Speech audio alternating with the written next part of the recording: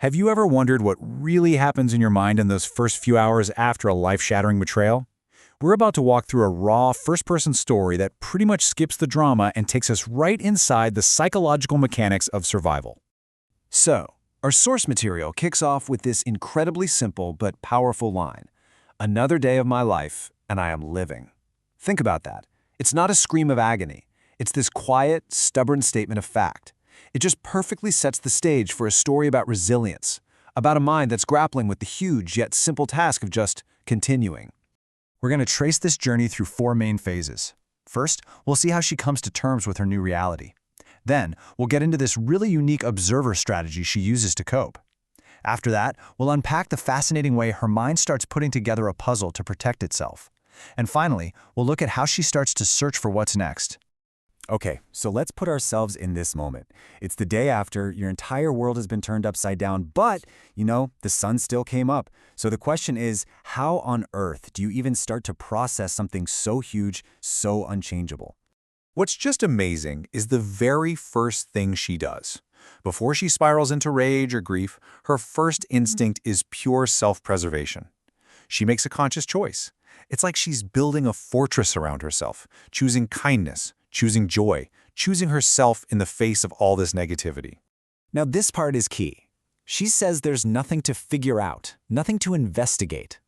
For her, the betrayal isn't a problem to be solved. It's just a fact.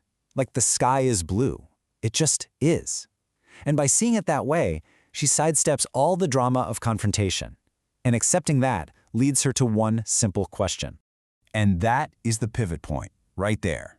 Once the fact is just a fact, the whole focus shifts. It's no longer, why did this happen to me? It becomes, okay, now what?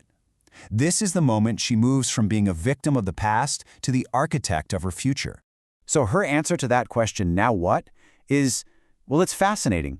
It's not about fighting back or making some grand move. It's about a very specific kind of inaction. It's a strategy of detaching yourself, just to survive. Her immediate plan is to just do nothing, to psychologically take a step back and become an observer. Think about that.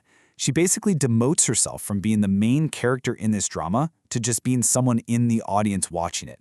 It's a brilliant way to create instant emotional distance. This really shows you the mental flip, doesn't it? The typical response is to jump in, get answers, take action. But she does the total opposite. She lets go of that need to control things and just decides to watch. And she doesn't describe this as just her own idea. She talks about it like she's getting guidance, like a voice from the universe telling her to just watch from the side. And that's when it clicks for her. He is a separate person on his own path. Realizing that allows her to untangle her own well-being from his actions. So while her conscious self is busy being this calm, detached observer, her subconscious mind is anything but calm. It is working overtime, doing something incredibly smart to protect her.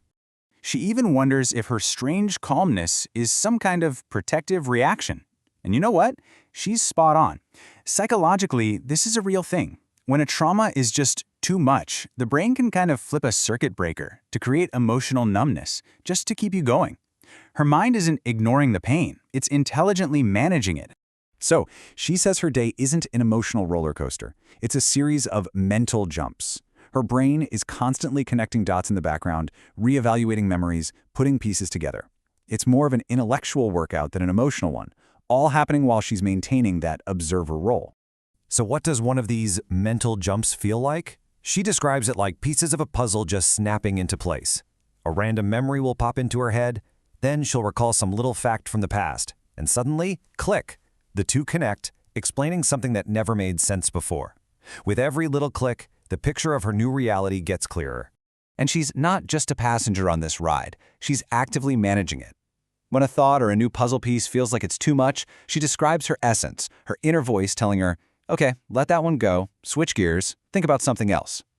It's this active, conscious effort to navigate the flood without drowning. So, after a full day of observing and processing and piecing this all together, her focus naturally starts to shift. It starts moving away from the pain of the present and looks toward the open space of the future. This is where it all leads. After a day of watching from the sidelines, she comes to this very calm, very clear conclusion. It's not an angry outburst, it's just a simple truth she now knows in her bones. I won't be able to live in this. That puzzle her brain was solving, it's complete. And the final picture is a situation she knows she has to leave. And her mind immediately starts brainstorming. We're not talking about some vague idea of moving on. No, she's thinking about concrete, real-world actions.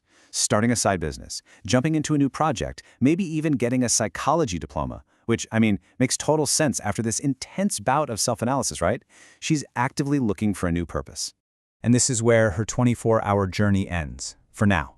She's done all this incredible internal work, and she's arrived at the edge of a brand new life. But she doesn't know which road to take. And so she ends not with an answer, but with a question, a plea to the universe for a hint, for some kind of sign. It leaves us with this really powerful thought. When your world is destroyed and the map is gone, how do any of us figure out that first step forward?